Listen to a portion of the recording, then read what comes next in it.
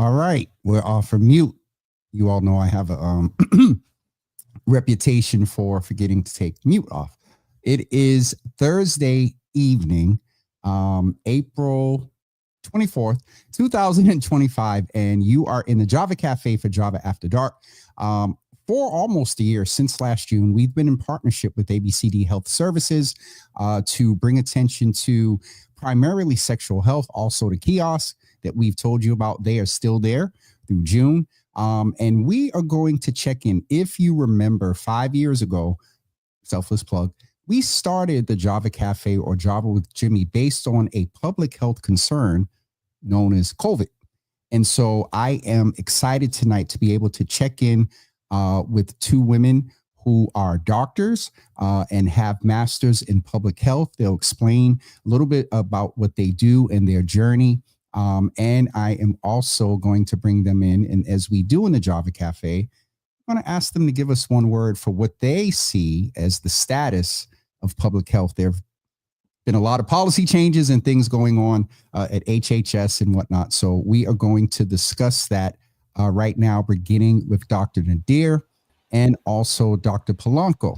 And so I would like to welcome both of you to the Java Cafe. Thank you so much for sacrificing your time on a Thursday evening. I don't know if you have children or have other things to do, but certainly on a Thursday evening, we appreciate both of you being here. And so this is Public Health Week, and the theme for the National Public Health Week is It Starts Here.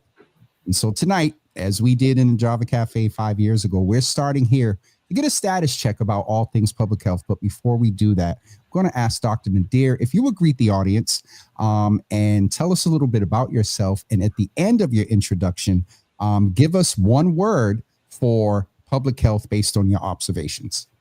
Okay. Hi, everyone. My name is Nadia Nadir, and I'm the Clinical Quality Assurance Coordinator for ABCD, which is a community-based organization committed to expanding access to high-quality healthcare, especially in underserved communities. And in my role, I focus on strengthening reproductive and sexual health services, that's supporting clinics, training the staff, and ensuring compliance with public health standards. And the Public Health Week is a time to both celebrate our progress and also recommit to the work ahead. And to describe the current state, I would say it's resilient in the sense that despite ongoing challenges, we still can see continuous adaptation, there's growth, and rise to meet the needs of the community. Dr. Nadir, welcome and thank you.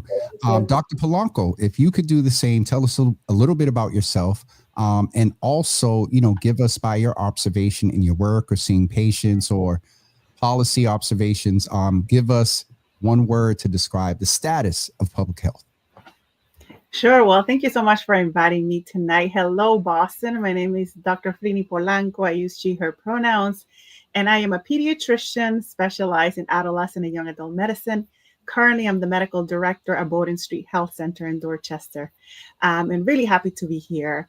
I will say, my colleague, Dr. Nadir, shows an excellent word, and I couldn't agree with her more. And I will go with vital.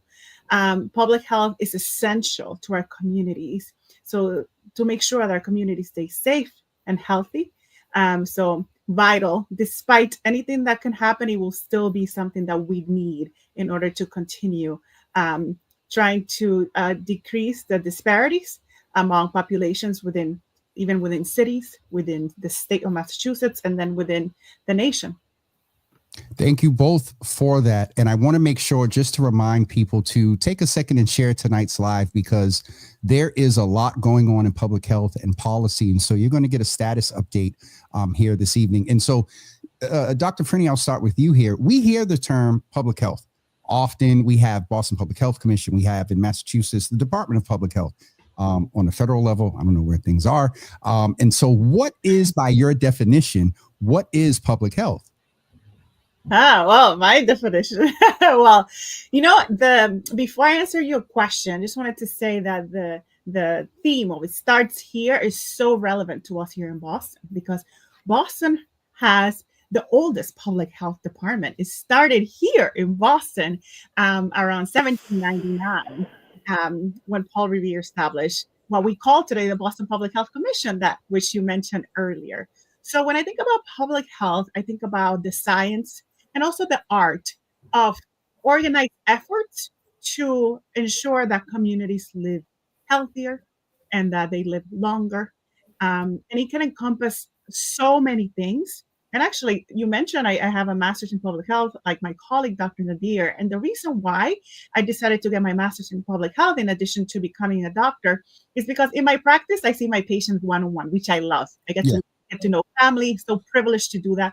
When it comes to public health, we're thinking about populations. So we're thinking about how can we make the public safer and more healthy? How can we prevent certain diseases that are preventable, which many of them, chronic conditions, are preventable?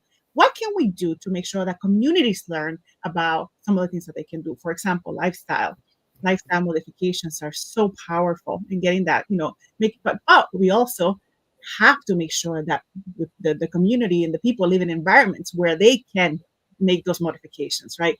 So that's how I see it. I see it as how can we make a bigger impact at a bigger level, while medicine focuses more on the one individual. Thank you so much for that. The public health is sort of the macro and the routine and preventive health care that you get one-on-one. There's some public health there, but what I kind of heard from you was sort of the macro of being concerned about, health of the public. Dr. Nadir, would you add anything to that as far as a definition, layman's terms, your definition, however you want to frame it? I do agree with Dr. Polanco. The public health is more about protecting and improving the health of the communities, and not just in the individual levels. So when you talk about public health, you're talking about the clean waters, the safe food, the healthy food that is in your groceries today. We have vaccinations that protect you from diseases, and also the access to care and education that helps people live a healthier life. So public health, we don't wait for people to get sick. We prevent the illness in the first place. And as I said, things are very interesting, and it's public knowledge and it's in the news that, some policies right now are interesting as far as memberships that we have throughout the World Health Organization and things like that are the preventative piece. And so we'll move on from that. One of the major things that the work of public health does is to increase or expand life expectancy. Dr. Polanco, you talked about the Boston Public Health Commission. I'm sure you know Dr. Basola Ojikutu. She's been on plenty of times here. Congresswoman Ayanna Pressley, she's talked about, the difference in the life expectancy from Nubian Square, to Harvard Square, the #1 bus. And so let's talk life expectancy. And in the context of that, let's talk by trends and data, some areas that are fighting life expectancy. So Dr. Nadir, I'll start with you a little bit about what is life expectancy. And you can maybe start with the first area that is challenging us, and especially in marginalized communities. Okay, so life expectancy is also known as life expectancy at birth, which just defines the projected average age a person is supposed to live in today's life. And it's one of the clearest indication, I'll say, to the overall public health, public health and the equity. So it tells us not just how long you're going to live, but how well your system is working to support your life. So in the sense that we can say we have state-wise, Hawaii has the leading life expectancy, which at the rate of 79.9. And this was data that was collected in 2021. And Massachusetts follows closely at 79.6 years. And then we have Connecticut at 79.2. But what is really striking and dramatic is that when you look at Back Bay, we have the life expectancy at 91.6 years, while a few miles down, we have Roxbury, which is 68.8 years. So that's a 23-year gap, and that's just between two neighborhoods, which are just a few miles apart. That's a major difference. That is a major difference. Dr. Polanco, what is one of the areas or one of the public health concerns or illnesses or public health issues that contribute to that huge gap with life expectancy? Yeah, it's really stark. And, and I recently learned about this maybe in the past 2 to 3 years. Um, and I will say you know that there's many factors contributing to that. But let's start with just socioeconomic status. If you look at Back Bay and that area and you compare it to Roxbury, we're talking about a median income of about $100,000 difference. And you know that when you have more financial stability, you probably have more access to healthcare. You have more access to, healthy foods. You have probably more access to many things that help improve your health. And I like to remind people that sure, going to a doctor, just having access to a provider does not necessarily mean that will make you healthier, but research has shown that actually people's health can be decided 60% of the time by where they live, where they work, what type of education they have. So there are many factors, but definitely socioeconomic status is one. Education is one. If you look at the education between the two areas of Boston, more than 90% of those residents of Back Bay have a college degree versus less than 50% in Roxbury do. So there's a lot of different factors. And that has nothing to do with the people who live in Roxbury it doesn't mean that they don't want to be educated. It doesn't mean that they don't want to have more assets. It just means that we have a history of systemic racism and discrimination that have placed marginalized populations in these communities. And departments like Public Health Commission have prioritize this and have realized that. And Dr. Bisola Dukutu hold her such high regards. She's doing an amazing job. First Black commissioner in Boston after 200 plus years, and someone who really understands and knows this and is looking at this information to make sure that we lessen that gap, because it's very stark when you look at when it comes to life expectancy. What is one of what is one of the areas that is having the most impact as far as the public health? In terms of the difference in life expectancy? Yeah, key factors: cancer, heart disease. Oh, I see. Oh yeah, all those three that you mentioned are top leading causes of death. Cancer is a big one, and the unfortunate part about cancer is that many of them are preventable. Like, for example, breast cancer. We have high rates of breast cancer among Latinas and African American women and Black women, and a lot of them get by the time they find out they have breast cancer, they're a really high stage of breast cancer, so they're late in the disease, making it harder for them to survive the breast cancer, for example. But you can do mammography, and in my clinic, for example, we don't have the machinery to do mammograms. However, there's a van that comes from Dana-Farber, and we have a partnership with them that comes to and parks right outside our clinic. So trying to make it so that our patients understand about how we can prevent many of these conditions. I mentioned lifestyle modifications, for example.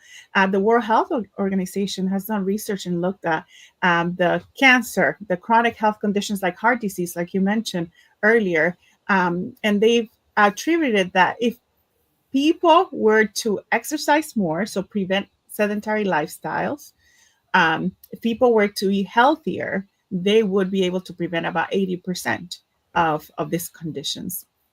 One of the things that we learned that was a factor on the Your Healthy, we have a whole segment called Your Healthy Java, is that, screening is hugely important. And it was a lot of people were deterred during COVID and things like that, and just, access, work schedules and things like that. So thank you for raising that. Dr. Nadir, if you can talk to, I heard Dr. Polanco also mention heart disease. That is a contributor to why there's that gap, the life expectancy gap. And so can you talk to us a little bit about heart disease? It's one of the leading number one killer, and that's for a good reason, because it's the leading death, one of the leading deaths in the USA, and it affects millions of people every year. But what's important to understand is that the heart disease doesn't it's just not one thing, but it's an umbrella term. So we're talking about coronary artery diseases, which is caused by plaques building up in the arteries. You have arrhythmias that are caused by irregular heartbeats, and then you have heart failures where the heart can't pump blood the way it should. And right here in Boston, we have a striking disparity where in Matapan you have the age-adjusted heart disease mortality, which is 157, meaning that 157 deaths per 100,000 people is caused by heart diseases. When we look at the Back Bay also, we'll see the rate is almost half, which is 79.7. So that's half of the adjusted heart disease mortality. And this is not just statistics, but it's a sign that where you live and the resources that you have, it can have dramatic effect to your heart and I mean your health and your lifespan. That is, hearing the numbers and the rate and it still being the number one, killer. And to some extent, there's hereditary and things like that. But when you talk about the plaque building up in coronary, Dr. Polanco, you talked about lifestyle, what we eat, how we exercise, the S word. Matter of fact, it was our last episode with ABCD, stress. With Stress Awareness Month, I believe we talked about that in the last episode. And so I want to make sure we just really understand that, like things like cancer, we're going to talk about the third thing that is a contributor to the life expectancy difference. But, cancer and heart disease, they are preventable and also treatable depending on screening, keeping up with routine and preventative health care. If by any chance, Dr. Nadir, you talked about arrhythmia, which is like, we basically call it a heart murmur. And it may not be the correct medical term, but that's the community that I'm the heart murmur, that's the layman's term, a heart murmur. And so if you get referred to go get, echo or stress tests and things like that, it is important that you do that. Just a plug for routine and preventative healthcare, Dr. Polanco, to your point, you like to see your patients one-on-one. That's because they come, they get their yearly physical, there's something going on, you tell them to come back and they come back. Ideally, that is the, best way to go. And so heart disease and cancer are two of them that are contributors. And Dr. Polanco, I'll ask you, what is the third one that is a contributor to the life expectancy difference? Yeah, the third one is actually accidental injuries. And as an adolescent, pediatrician and adolescent medicine specialist is something that it's heartwarming for me because, and I talk to my patients about this, because they're preventable. Again, they're accidental injuries that we can prevent. And it's so interesting. It's third leading cause of death here, right? But for my patient population between teenage 15 to 19, accidental, especially specifically motor vehicle accidents, are the number one leading cause of death. And you can imagine how preventable. Wear your seatbelts, make sure you drive safe, don't drive under influence. But, when it comes to the general public, general population, it can include other things like falls. It can include firearms, fires or burns, drowning, especially now that summer it's coming around. Really important to talk about, swimming and pool safety, and especially for young people or people who can who don't swim. But people who can swim can also drown. So just trying to be safe, and it also includes overdoses, which is something that many of our community members either know someone or have witnessed someone unfortunately die of an overdose or get really sick from an overdose. And like I mentioned, the public health departments usually look at the different age groups to see what what's causing, and then they make policies or guidelines, and they give to us like pediatricians or general practitioners to discuss with our patients to try to prevent them, because at the end of the day, they are preventable. I thank you for that because it and I learned a little bit because I guess accidental injuries are inclusive of gunshots, which I at one point thought that may be separated as violence, but the term accidental and things like that. But it's interesting to hear that that is the third leading cause, and so it is. We understand that life expectancy looks at how long we're going to live. I believe, Dr. Nadir, you said it starts from birth. If I understood you right or remember right, it starts from birth. And then there are the factors, socioeconomic. We haven't used this term tonight that is often used in this space. Or Dr. Polanco, maybe you did, but social determinants of health, that's a key factor in life expectancy. And so 3 of the major things, just for review, first one is cancer. Second one is heart disease. And the third one are accidental injuries. And so that's sort of in general from a public health lens. Let's bring it home to Massachusetts. And Dr. Polanco, I'll ask you to start here. As a doctor in Massachusetts, I know you're a pediatrician, but you get all the information, especially from a public health perspective. What are some concerns right here at home that may kind of make you scratch your head at night, or when you get the, I don't know, New England Journal, or I don't know, one of the PubMed policy papers that's saying what's going on. What are some concerns actively right now here in Massachusetts? I know one of them is sexual health. We don't have to talk about that. This isn't cuffing season episode, but if you want to mention it, you can. But seriously, what are the things that are concerning you right now in Massachusetts from a public health perspective? Well, first, kudos to you for knowing about New England Journal of Medicine and all those journals. Look at you, very proud. And I will say, yes, ABCD, we do a lot of sexual and reproductive health. And when it comes to that, I just want to say that adolescents make up 50% of all the sexually transmitted infections. So that's why we make sure that we emphasize that and that we put a lot of funding to that in our community, especially in Boston, where the rates of sexually transmitted infections keep increasing. Anyways, 50%. 19 and under? 15 to 24. 15 to 24. 50% of the STDs in the United States happen in that age group. And do you have the Massachusetts number? Or that's similar. And what about Boston? Still similar? I don't know the numbers. Oh, okay. But usually, we look at those numbers. It's pretty. Okay, I just, as a former youth worker, that just kind of alarmed me a little bit. Please proceed, Dr. Polanco. No, me too. And that's why I tell my patients, if you're having sex, we're going to test you every time you come, just to make sure that you know your status, because that can change. And the number one, many times, the number one symptom for them is no symptom, right? So anytime they have the opportunity to tell them, if you feel anything different, anytime you come for a physical, if you don't have any symptoms, if you are having sex, we're going to check. And my adolescent patients, young adults, they're really open to that. They want to be healthy, so they usually they cooperate with the guidelines. But anyways, back to Massachusetts. Can we just tell them that PrEP don't, because there's this trend that everybody's on PrEP and stuff like that. It doesn't solve everything. Is that correct? It's right. It doesn't. It prevents it prevents HIV, right? Yep. But it doesn't prevent the other sexually transmitted infections, which are easier. They're more common.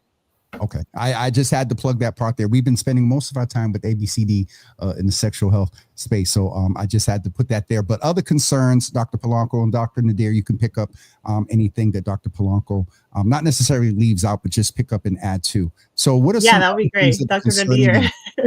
Well, just to let you know, as a medical director, you're right. I've been in the pediatric space for this whole time.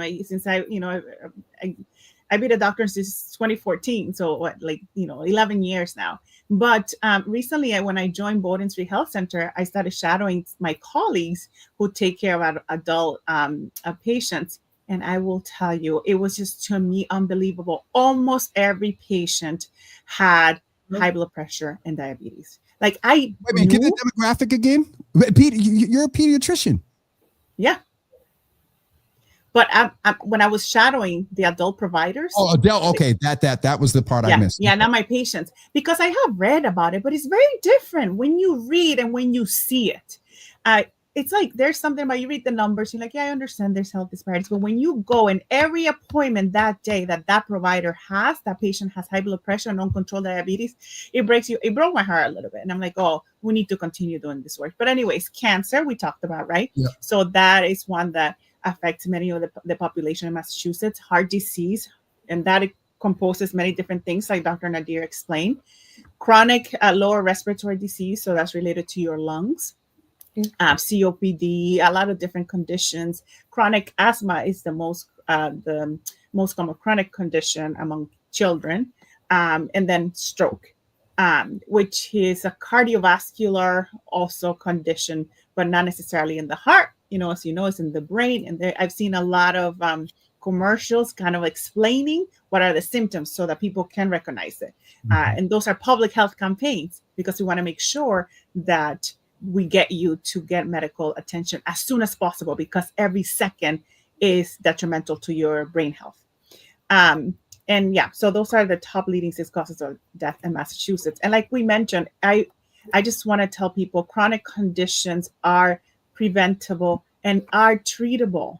So even if you come and you already have diabetes, right now I'm seeing a lot of even young people with pre-diabetes.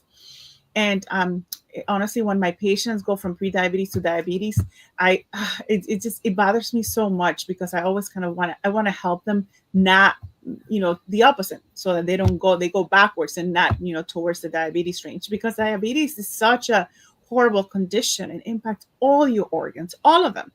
And then it's more specialists that you have to go see. So you have to see foot specialists, you have to see the eye specialist, just because the sugar or the glucose is all over your body and it's impacting all your organs. And for someone who's 18 or even younger, it's just a lot to deal with.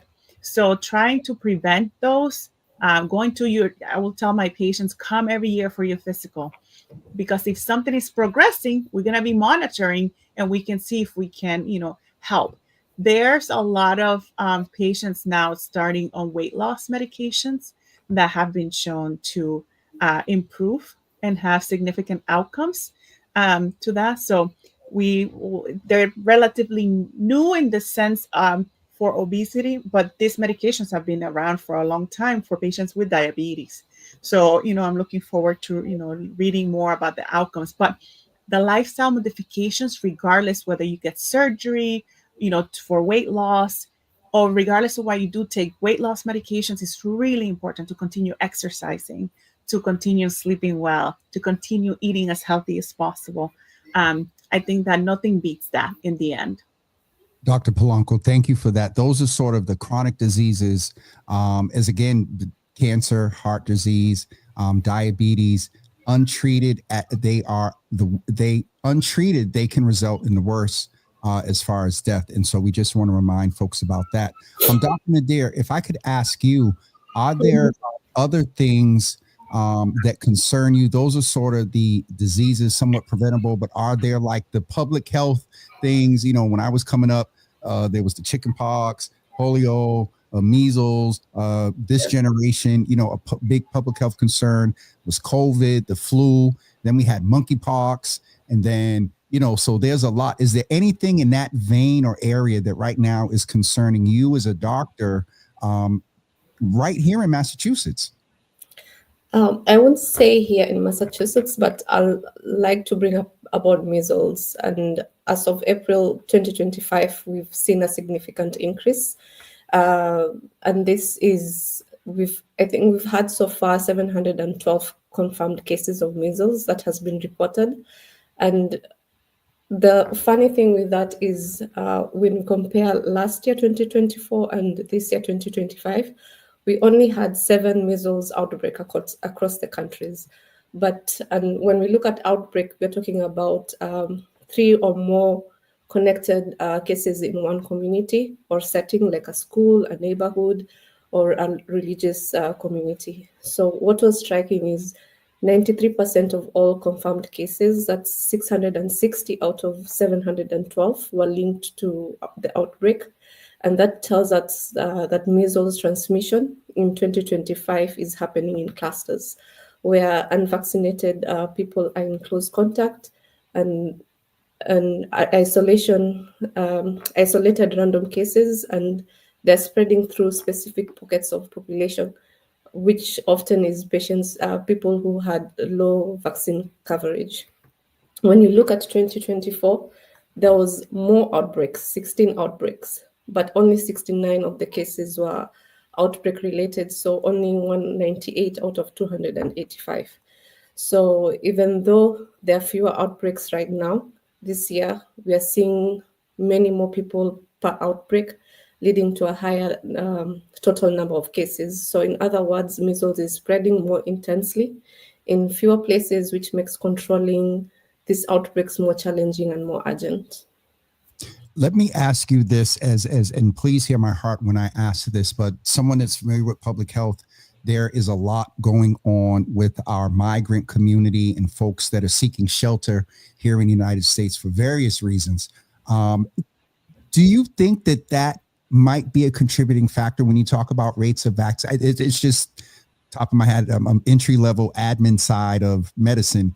And so I just had that thought that when you mentioned the vaccination rate, do you think that is possibly a contributor? Also, the fact that, sometimes in the process of getting settled, you're in shelters and things like that. So it was just a question that just crossed my mind. Well, I think one of the leading causes that I've read about is people going out of the country, coming in with measles, and now they're being mixed with people who are unvaccinated. So that's one of the leading causes that I've read so far.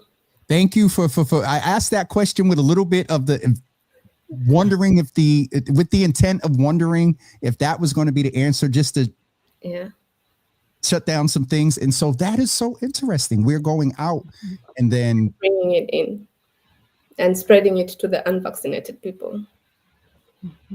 Because when you look at the statistics, we have 97% of all the cases of people who are unvaccinated got the measles. Well, only 1% of people who had the one shot of the measles, mumps, and rubella vaccination, and 2% of people only had the both shots of the MMR. So it's preventable disease. Vaccination remains the strongest line of defense for this. Okay. Speaking of vaccination, that word became popular about 4.5, what month? 5 years. What month is this? This is April. Yeah, 5 years ago, we were Dr. Bricks and Dr. Fauci was still trying to figure it out. So a few months, whatever. Vaccinations, first of all, let's establish vaccinations help. We just had a prime example of getting the MMR helps you in case your cousin goes out of the country and comes back and brings measles. If you're vaccinated, the likeliness of you getting it is very, very low. So vaccinations work. That became very popular a couple of years ago, that word, being vaccinated, around things like COVID and also the flu vaccination. Dr. Polanco, as a platform that is started in COVID and heavily based in COVID and public health and health equity, where are we with COVID, the flu? I remember a couple of years ago, we were dealing with COVID, the flu, RSV. Then there was, I think, something else this year outside of the three. Well, where are we with those? And you refer to those lower respiratory diseases. I don't know if they're, all three of those are lower respiratory, but where are we with those respiratory diseases like COVID and the flu? Yeah, where are we? Yeah, sometimes they can lead to coughing. So, these are viruses, and which can cause viral pneumonia, but can also weaken the immune system to the point that bacteria can then take advantage of the weakened immune system and infect people with bacterial pneumonia, which is very dangerous. And which is what we were seeing, 5 years ago. And, it's just unbelievable. And, we're so blessed and privileged that we were able to make it out okay. As you know, so many people died in Massachusetts, but nationally, because we had no information. And then, but public health, right? Public health there was organized efforts throughout the country, came up with a vaccine. 3 different companies had vaccines and were able to save many of us. I am glad that you talk about vaccination because, especially for kids, vaccination has been, in general, adults too, but especially for kids, has been a life-saving discovery. That's just I just have to tell you that when I finished medical training and started residency at the Floating Hospital for Children at Tufts, I had learned about this condition, Haemophilus influenza type B specific. I actually never got to see a case because when the vaccine was developed in the 80s, by the time early 90s came around, the infection rates had been reduced by 99%. So there is significant proof that vaccines do save life and that vaccines work. So in terms of, go ahead. No, I was saying absolutely. They do. And they were helpful where we're getting ready to go now with COVID and the flu. That's not funny, but it's not over. Things are better. Both of y'all shook your head. Okay. All right. It's not over. Unfortunately, we still have seen COVID. So, in the past month, I will say there were over 600 confirmed cases and maybe 170 probable cases of COVID. And during March and April, there were 2 confirmed cases of COVID and 265 confirmed cases of COVID in Boston specifically.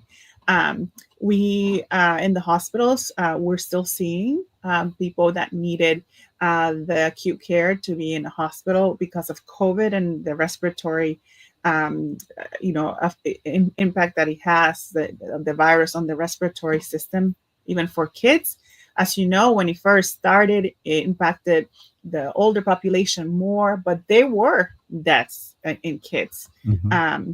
And I remember, following those numbers really closely because I think there was so much misinformation, like you mentioned, and I wanted to make sure my patients and their families were protected. And patients were like a little hesitant, about the vaccine. They didn't know. They were trying to learn. They were being fed so much information at once that, it was really appropriate for them to ask questions. And if people have questions, now the COVID vaccine, as you know, is on an annual basis, kind of similar to the flu vaccine. Unfortunately, it seemed like this year's flu vaccine was not as efficacious. We did have a significant amount of flu cases this year. And I think it's a variety of factors. When the pandemic started 5 years ago, as you know, many of us, when people were not coming out, people were in masks. So the body was not exposed to many things that usually is, and is able to build immunity against. So we think that has also something to do with the vaccine that was given this year and the high rates of flu. It's I'm stuttering. It's interesting because I noticed on social media, this year that even, and there's a lot of conversation, if you get the vaccine or flu vaccination, it doesn't mean that you're not going to get it, but the benefits outweigh the risk. But I saw a lot of social media posts about, if you get this one, it's going to take you out. And so to hear you say that the vaccine wasn't maybe as efficacious or impactful as in past years is interesting. But that makes the point for the reason, let's go to the flu vaccine. You kind of need to get it every season because if I understand correctly, it is updated with strains. The flu and COVID are strains of viruses that unfortunately have the ability to mutate. Am I right? Exactly right. Okay. Then let me go put in and get my little associates. But I think you were meant to be a public health expert. No, so I spent time in pulmonary and critical care medicine on the admin side, and then also psychosomatic psychiatry, and then also you'll appreciate this. I was at 350 or 35 Longwood in the ER for some years. Yeah. So when you're around it, I used to be able to write requisitions to go get X-rays. The doctor would sign them, and I was able to go rule out it's something AP lateral because the boys showed. Oh, wow. Let's come back and focus. But no, in all seriousness, I like to allow these light moments because we did share a lot of heavy information this evening. I'm appreciative. This is Thankful Thursday. I'm appreciative of both of you because with so many policy changes and things going on, we are definitely a great public in Boston and in Massachusetts to have such a focus on, as you said, the science, the accuracy of the data of public health. And so I want to celebrate the both of you as we get ready to maybe go into a review. I like to start it, and then if I miss anything, you all chime in. And so public health is a way of looking at a larger scope of keeping the community and the public. Both of y'all are looking at me, making me nervous, like I'm standing up. I looked at the screen and I'm like, okay. On a macro level that looks at the data and science of trends of individual patients that you may report and see, as you said, Dr. Polanco, and it is based in a lot of prevention. Okay. Life expectancy is a huge part of the public health spectrum. And there are variations in life expectancy based on social determinants of health, socioeconomic, lifestyle, genetics, genetics too. But even with that, there are some diseases that are contributing to shorter life expectancies like cancer and heart disease and some accidental injuries that can be prevented. And even if they can't be prevented, some of them are treatable depending on when you come in at a time of screening. That's why it's important to go to your routine and preventative healthcare appointments. All right. After that, we did, okay, Dr. Polanco or Dr. Nadir, please help me. After that, life expectancy, the diseases, and then also we looked at Massachusetts. Okay. And in Massachusetts right now, Dr. Nadir, you said the concerns were chronic diseases, or Dr. Polanco, maybe you did that, chronic diseases, again, cancer and heart disease, also, again, accidental industries and other stroke was thank you. Stroke was the other one. And it is like you said, what did you call it? A neuro, with the blood and the cardiovascular. Yeah, that one. Yeah. Cardiovascular disease, similar to like, but it's more for the stroke is more the cardiovascular disease in the brain versus the heart. Then Dr. Nadir jumped in and we talked about measles. Measles, yeah. Being a concern nationally, but let me ask you: were there any? Did you mention? Are there any cases in Massachusetts now? No, there are. That's the happy. That's the happy place. Yeah. Yeah. The last one thing we reported last summer, July last year, 2024. Yeah. Okay, and we got clarity. The increase of measles is not so much because folks coming into the country seeking shelter and things like that. It's us folks going out the country, going to other countries and bringing it back to the non-vaccinated. Yeah. Okay. Measles, I think that was it. And then we talked about COVID and the flu. We talked about vaccinations being important. They have an impact. And the benefits outweigh the risk. We talked about COVID and flu, and it was admitted by a public health expert by either seeing the patients or ER visits or whatever that the flu vaccination may not have been as efficacious as it's been in the past. However, benefits outweigh the risk. It's good to get your flu vaccine every season. And then can I ask you a question? Where are we at with the COVID vaccine? What is it, 4 or 5? Where are we? And what advice do you give? Because there was some conversation at one point about it was going to be like the flu vaccine. You're going to have to get one every year, because also we did learn, and I'll shut up after this, that the flu and COVID, those type of diseases, viruses, like to mutate in the human body. They like host, and they will do what they need to do to keep hosting. Did I do good? Yeah, in terms of we are there already. So there's a new the vaccine that came in September. So every year now people, it's not so much as like, do you have 2 out of the 3 or 3? It's more like, do you have the most recent update? Because like you're saying, it's covering, the strains are being studied, and it will cover some of those strains that have proven to be the one that caused the most morbidity and mortality, meaning they have been causing more disease and more deaths. So that means that I haven't had a COVID vaccine in a couple of years. Okay. Yeah. So if you haven't had one since September, talk to your primary care clinician. Since September. Yeah, that's when the most recent one came out. Okay. Did we cover? I'm tired. So that means that this was a good, I sat here and I was like, whew. All right. Well, you got an A+ for the overview. I just want to say. Sorry, you got me excited. I said, "Yo, doctors," because I was literally getting ready to ask what grade did I get.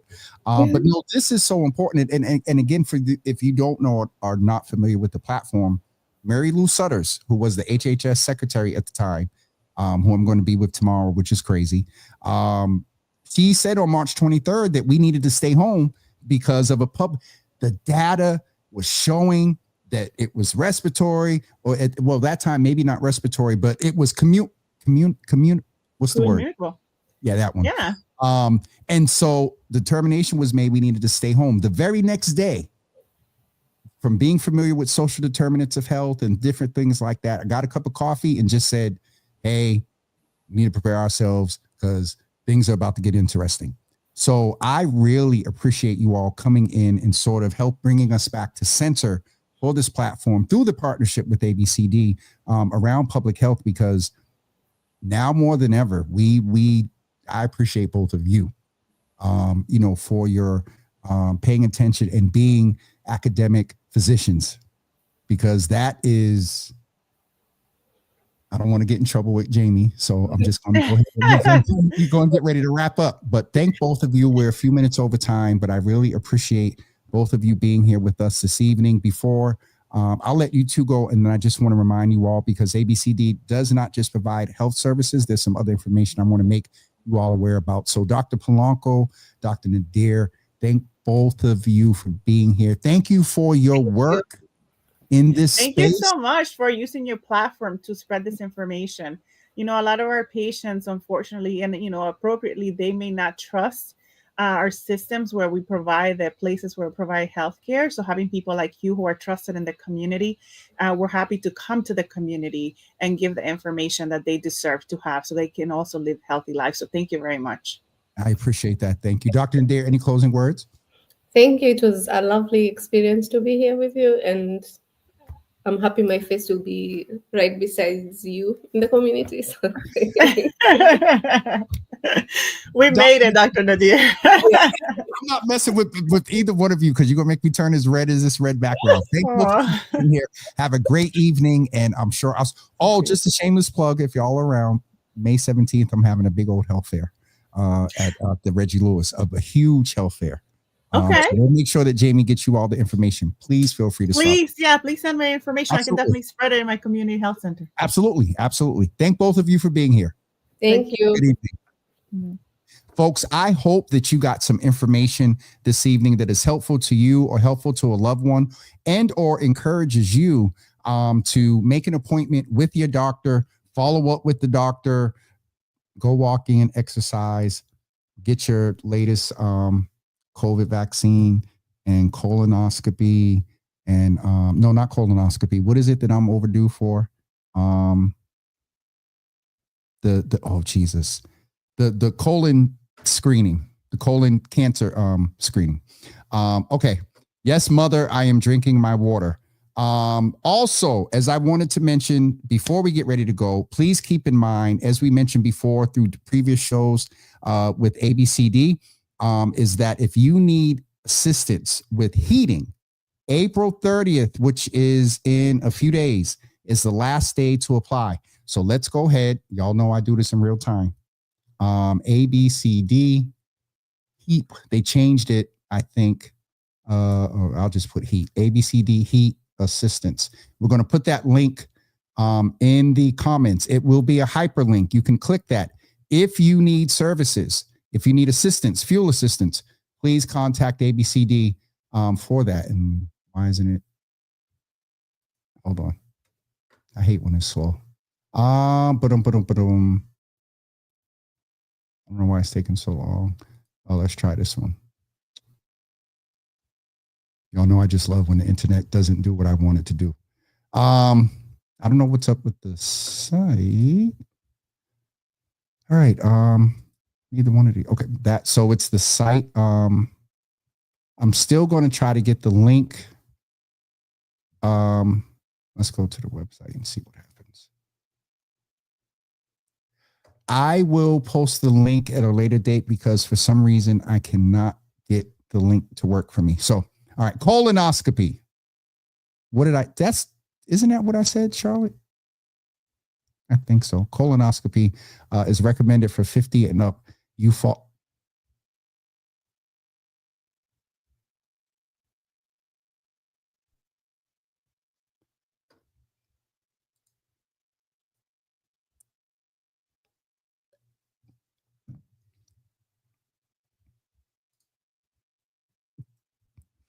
I need to hurry up and get off of here because I need to get out to Salem. Please do not forget, tomorrow morning at 10 a.m., we will be here. Well, not here. We will be in the virtual space here, live from Salem State. Java with Jimmy, live from Salem State, from the Berry Institute of Politics. We're going to speak with Mary Lou Sutters. She is the reason why y'all see my face Monday through Thursday at 10 a.m. and Sunday through Saturday for the first year at 9 a.m. And so we're going to be with Salem State tomorrow. So please come to the virtual cafe at 10 a.m. tomorrow. So, okay. Charlotte and Miss Teresa, thank you. I thought it was colonoscopy. I got it right. Thank all of you that are in and joined us this evening. I'm not even going to start looking at the comments because I'll be here. I got to get out of here. We'll see you guys tomorrow at 10 a.m. live from Salem State University at the Berry Institute of Politics. Thank you all for, I got to go to Salem now. I'm not messing with that rush hour traffic in the morning. We'll see you guys tomorrow at 10 a.m. Have a great evening, everybody, and we'll talk to you.